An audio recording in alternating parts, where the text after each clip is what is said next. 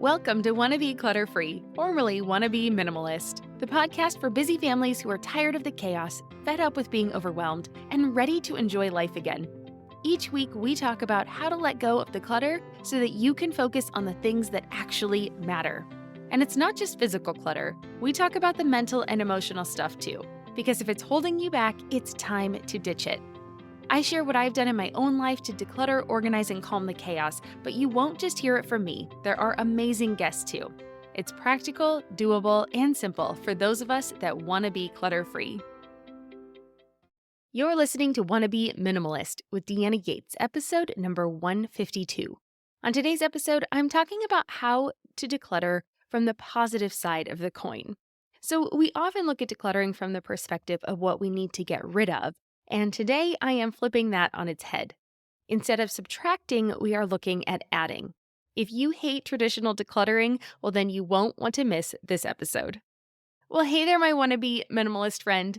How are you doing today? It has been an absolutely gorgeous week in Southern California where I live. The sun is out and it is just so energizing. I honestly finally feel like I've come up from underwater and I can breathe again.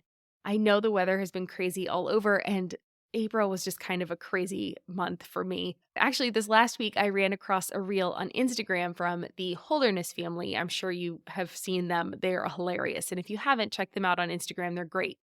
But they had this post about how busy May is. And it makes sense. It's the end of the year for school, so there are so many activities wrapping up. Our school was no exception. And summer is around the corner, so there's so many things to plan. You've got summer camps and vacations. And like I was just saying, that was actually my April. And so as of today, we finally got our summer camp sorted out. That was kind of a crazy thing last week. And so I actually get to breathe a sigh of relief. Softball's wrapped up, the musical our daughter was in wrapped up this week. We had family in town, and it all kind of this week is quiet. And so I finally am just like, okay, I'm having a moment. But if your May is crazy busy though, well, just hang in there. It will get better. Take a deep breath, get through it one day at a time. And I'm feeling that relief now that I know you will feel at the end of May, if you have kind of that crazy May time. But hopefully you will at least get to celebrate the wonderful person that you are this weekend, because Mother's Day is coming up on Sunday in the US. And so please let me wish you a happy early Mother's Day. I hope that it is a relaxing and stress-free, wonderful day for you. But today I want to chat about flipping decluttering on its head. I know so many people hear the word decluttering and they just shut down, basically. They clam up, they get overwhelmed, they don't want to do it. It has negative connotation. They get sweaty palms, the heart palpitations, you start to get short of breath. And the idea just stresses you out. Yeah, okay, I get that. So instead, I want us to look at our stuff through a different lens. We're going to be talking about starting with a clean slate and then adding instead of starting with a cluttered mess and subtracting. Does that make sense? I hope so. And I hope you're excited about it because I actually really like this. I use lots of different decluttering approaches in my house, and I'll talk about that in a minute. But I really hope that you're excited about this idea of looking at it in a different way. But before we dive in, I do want to take this opportunity to thank you for listening to the show. If you are new here, well then welcome to the show, and I hope you like what you hear and you come back. And if you're returning, I hope you know how much I appreciate you. I create this show for all of you listening, and so I do my best to make it helpful, educational, or inspiring. So if you like this topic or any of the other episodes that I've done, can you please do me a quick favor and leave me a rating or a review? You can do it right now on the app you're using to listen to this episode. And if you're actually listening on Apple, you can even leave me a review. And that is what Kevin89754 did this week. And here is what they said, quote, "Useful and informative. I love all the topics shared on this pod. Also the non-judgmental approach from Deanna." End quote. Short and sweet. Kevin, thank you for the kind review, and I am so happy that you find the topics helpful. I also appreciate you taking the time to let me know. It really does put a smile on my face. I like that I'm coming through, and hopefully you feel like you're getting the real me because I try to put the real me out there. And for you listening to this, you can do that too. Just head to the review section in your app and leave me a rating. And then one final thing before we get into our topic for today, if you would like the show notes for this episode, along with the transcript, I'm going to be trying something new. You can find it all on my website at wannabeclutterfree.com/152. Again, that's wannabeclutterfree.com/the number 152. All right, now that we've gotten all that housekeeping out of the way, let's look at decluttering from a positive perspective. So, like I said, decluttering can be very overwhelming for many, many people. We don't like the idea of getting rid of our stuff. And so it just is one of those things that a lot of people avoid. And so you're here probably because you've struggled in the past, and that is okay. I had too. And so I've tried a lot of different approaches, and this is one that works really well. Not all the time. I don't use this in every single spot in our house, but I do sometimes when I'm struggling to let go of stuff. I like to go with this approach. Decluttering does not have to be as difficult as and complicated as we sometimes make it out to be. I think sometimes we think it needs to be this whole house approach. It needs to be this giant big day, this big thing that we're doing. And so we can put it off, right? We can avoid it because we just don't want to have to deal with all the emotions that come along with decluttering. But instead of thinking about decluttering as taking away, I want you to approach decluttering with this positive mindset. So it's going to help you transform the process into hopefully a more enjoyable experience. I am definitely not going to say it's going to be easy, but I do find that it can be better than the traditional approach if you've tried decluttering in the past and it hasn't worked for you. And sometimes the more a traditional approach works, but if you've struggled, this positive and clean slate approach can leave you feeling more empowered and in control of your space and your home and the items that you are choosing to keep. And there are 5 steps that I'm going to walk you through today. The first step to decluttering with a positive mindset is to shift your perspective. So instead of focusing on what you're getting rid of, you're going to focus on what you want to keep. I've already said that a couple times, but let's dive into what that actually means. Because this mindset shift can make all the difference in the world. So it's about creating a space that brings you joy and positivity rather than one that simply looks organized and clean. I mean, after all, isn't that what we're really after? I mean, yes, of course, we want our homes to look nice, but really it comes down to how they feel and how they make us feel and what they allow us to do in them. They're a tool, right? Stuff is a tool, our homes are a tool. And so, in order for us to be able to live the life we really want to live, it's more about that. It's less than everything matches and everything looks amazing and it's Insta worthy and we're going to post pictures for everyone to see, right? That's not necessarily what we're after. We're after the place where we feel our most authentic selves. We feel rejuvenated and revitalized, and we want a place to feel cozy and comforted on those days where we need a little bit more of that. All right, so when we focus on what we want to keep, we can actually begin to identify the things in our life that truly matter to us.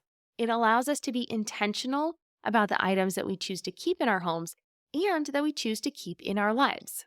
It also allows us to release the items that no longer serve us without guilt and without shame because, again, things are things, they don't have feelings.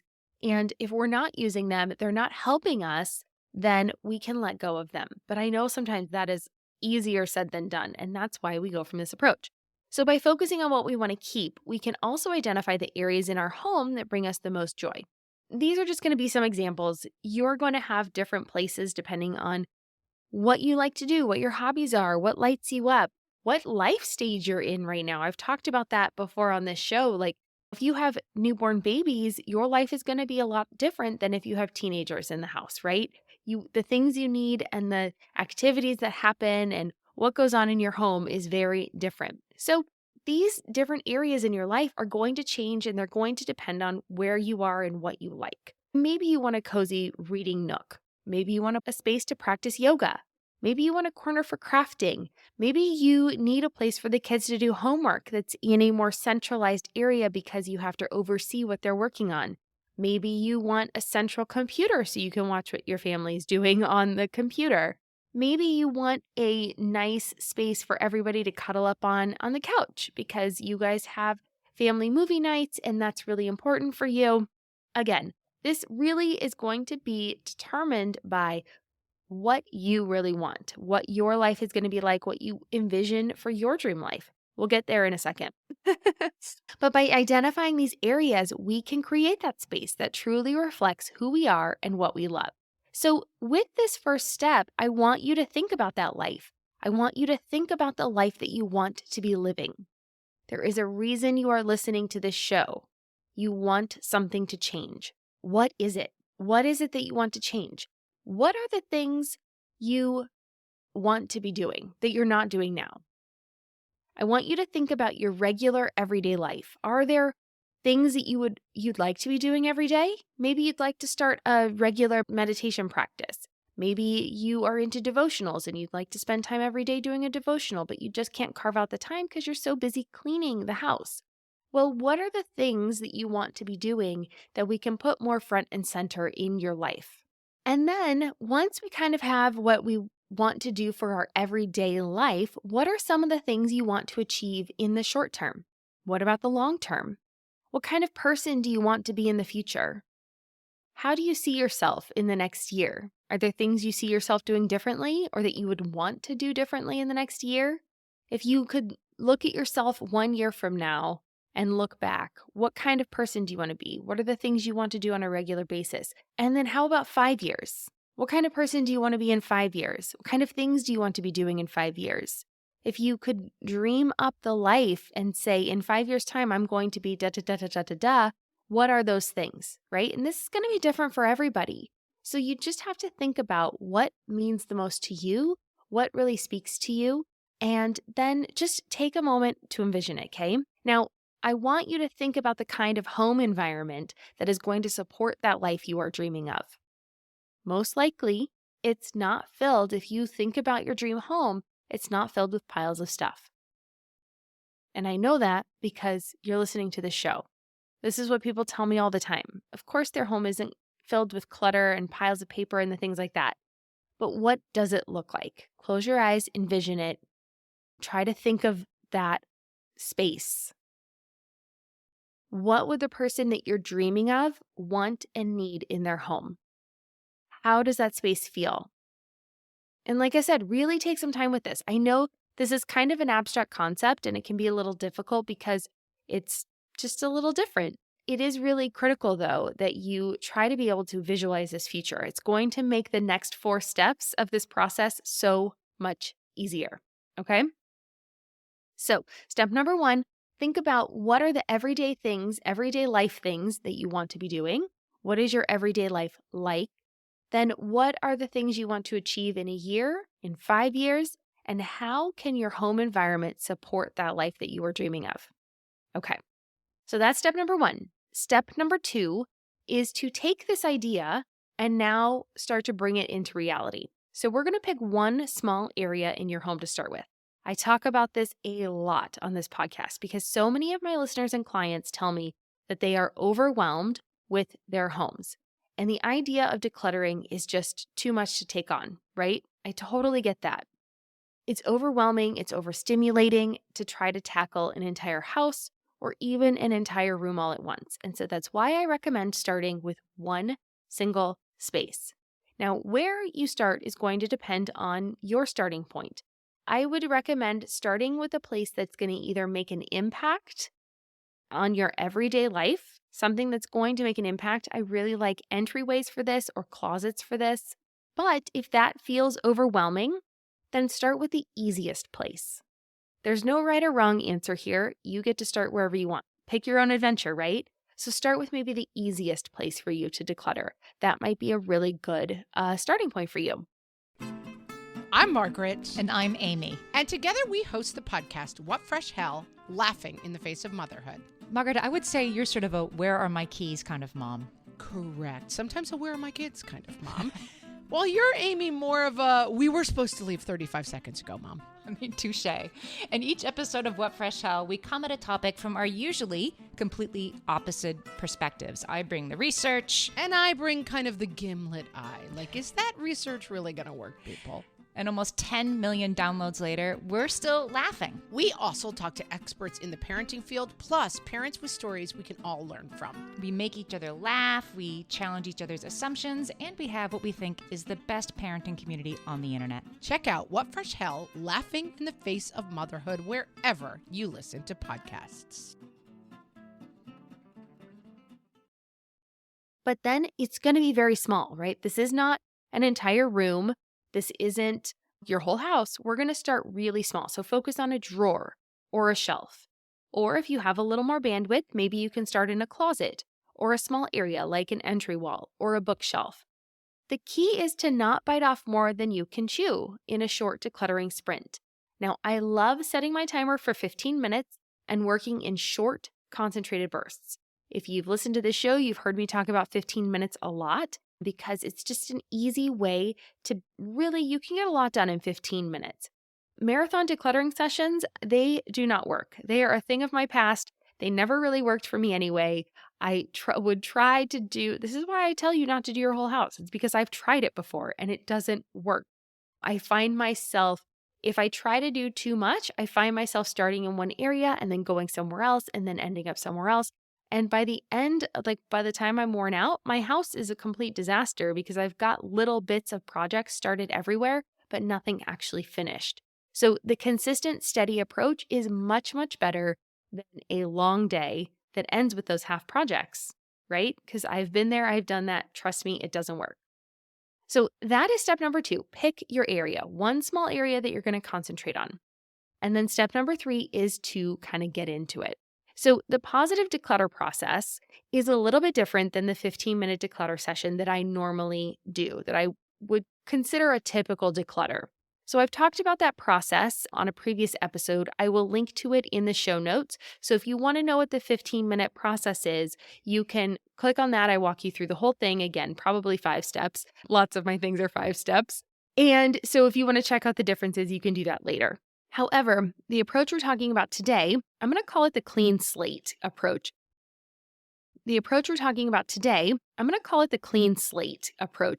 It's more like the process of moving.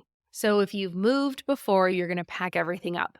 And I typically recommend a box for this process because it is just an easier way to kind of handle and corral your things. And this is probably more of a cardboard box. In the 15-minute process, I talk about a laundry basket, but you're probably going to be leaving things in this box. So I recommend starting with probably a cardboard box. Super simple. And then you're going to actually put things back based on your dream life goals from step number 1. Okay, so instead of asking yourself, do I want to get rid of this thing? You're going to take all of your things and you're going to take them out of the space. That's why we're starting small. You're going to take them away from the space you are decluttering. So let's say we're starting on a bookshelf. You're going to take everything off the bookshelf and then think, who is the person I want to become and what kind of things would they put on this bookshelf? If I were that person today, if I were the organized person that I want to be, what would I have on this bookshelf as an organized person? And then you're going to pick up your things as you take them out of the box and you're going to look at them and say, does this fit that idea that I have? Does this fit that person I want to be? It doesn't sound like this would make much of a difference, but that one question is super empowering because as humans, we don't like to let go of things. It's just a matter of fact. We feel like we're missing out, and that is why it is so hard for some of us to declutter and donate. So when we can ask ourselves if the thing in our hand is going to help us live the life that we want, that we have already said we want, we've already said, this is my dream life, this is what I want to be doing, this is who I want to be. And if this thing is going to help me get there, well, then we can make a better decision and feel better about keeping it. So if the answer is yes, go ahead and put that thing back, give it a home. If it doesn't live on that shelf, you can go ahead and put it where you think it actually should belong. But we can keep it on the shelf for now if you're kind of working through a lot of spaces, and then we can do a second pass and put things where they actually belong. But if the answer is no, then we're going to move on to step number 4. So it's not an automatic declutter, but we are moving on to the next step. So the 4th step is to ask yourself if that thing that's in your hand that maybe isn't going to contribute to that dream life that you want, if it brings you joy. Because life is not all about utility. We need beauty, we need happiness, we need joy too. And that's why there is this small intermediary step, right? This step is pretty simple. Most decluttering is going to go straight from finding something that's not useful to popping it in that donation bin or trash and then getting it out of your house, right? And a lot of that 15-minute declutter session and typical decluttering talks about this. But we need room to be our individual and authentic selves. So if you have struggled with traditional decluttering, this step really is probably the one that's going to resonate with you the most because you might find that you have something that doesn't contribute to that life you want to be living, but it brings you immense joy. And that's okay. It's okay for us to have things that don't fit completely into one box or another. It's okay if things aren't black and white. It's not a 100% yes, 100% no. We need to give ourselves a little bit of wiggle room sometimes. Now, we have to be very careful and not let this happen to everything in that step. So we need to be disciplined. But if you are finding that you have something that brings you immense joy, then find a home for it.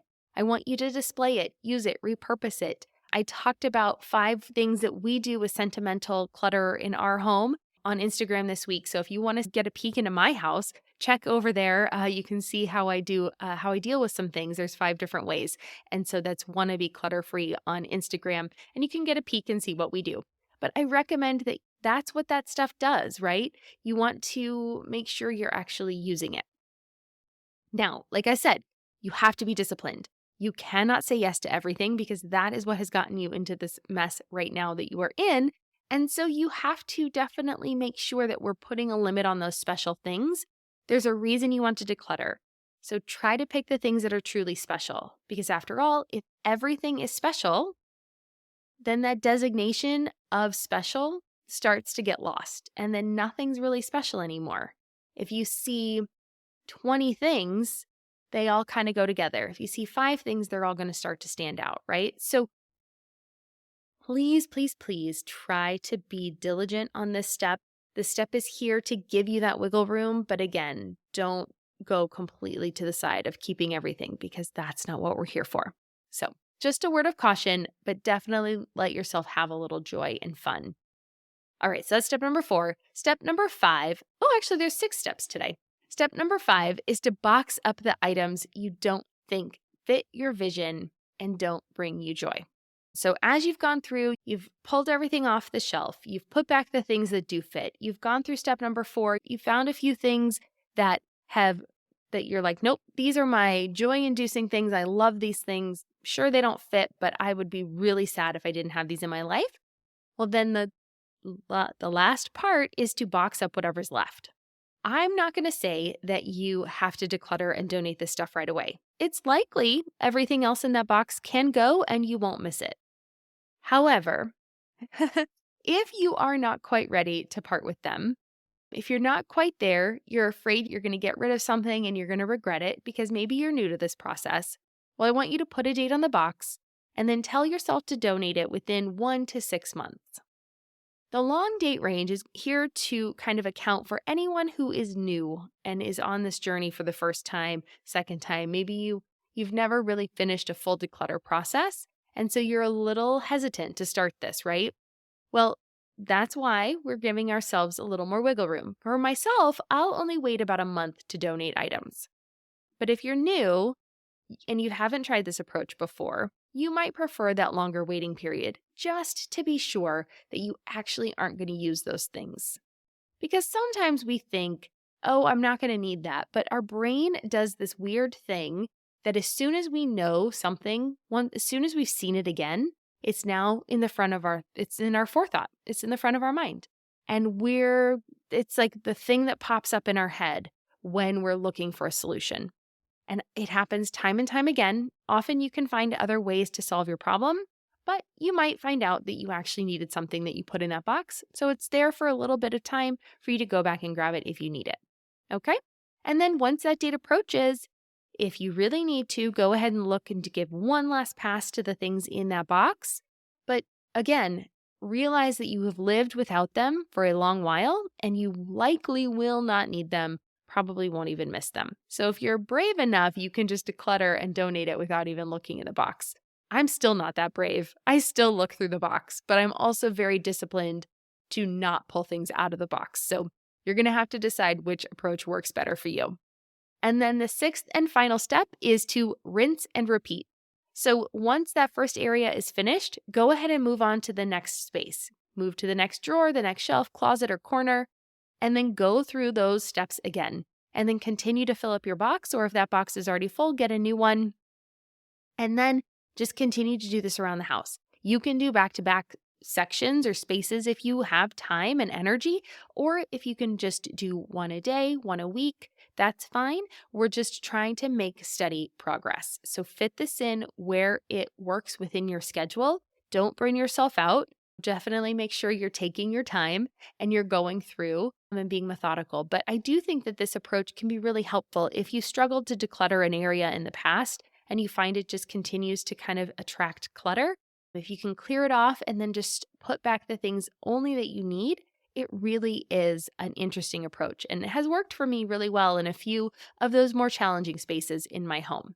And then as you move through your home, you're going to start to feel the shift happening. So instead of living with everything that you've ever had because it's how it's always been, right? I think that's often why decluttering is so hard. It's like, well, I've always had this thing and I don't know how I'm going to feel without it. Well, this way you get to start living with the things that you see your future self, that dream self, needing and wanting. And so before you know it, you will become that future self and the process will get easier.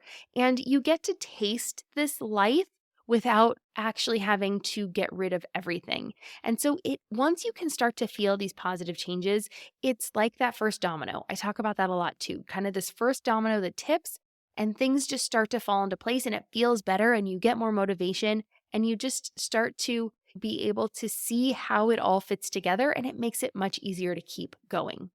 And so finally, I want you to celebrate that space that you're creating and the items that you're keeping.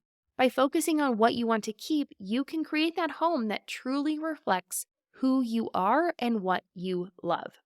Decluttering is not a one-size-fits-all endeavor. There are lots of different ways to go through our stuff and declutter and donate and alleviate some of that stress and really to achieve the end result that you are after. But I hope that talking you through this process of how to declutter with a clean slate and then the positive mindset of adding instead of subtracting can help transform the process from overwhelming to empowering for you. And by choosing to focus on what you want to keep, you can create that home that brings you joy and positivity. Remember, set your intention, start with a small area, and then celebrate those positive changes that you are making. And with that, I want to turn to you. How do you like to declutter? Have you tried this approach of starting with a clean slate and then adding things back in instead of taking away? Well, I would love to know if you've tried it or if you're wanting to try it and how it's worked. Come on over to the Wannabe Minimalist Family group on Facebook and share with me. There will be a discussion thread for this episode, and I would love to chat with you in the comments. And as always, I will have links to the additional resources that I talked about and a transcript for this episode on my website at wannabeclutterfree.com/152. Again, that's wannabeclutterfree.com/152. And with that, I hope you have a fantastic day and that your May is not too crazy. I'll see you back here next week for a guest interview with Nicole and Kara from Hand Me Up. They have a brilliant approach for reducing our kids' clothing clutter. So if you have little ones, make sure you check it out. I'm Deanna Yates, and you've been listening to Wannabe Minimalist. I'll see you next week. Cheers.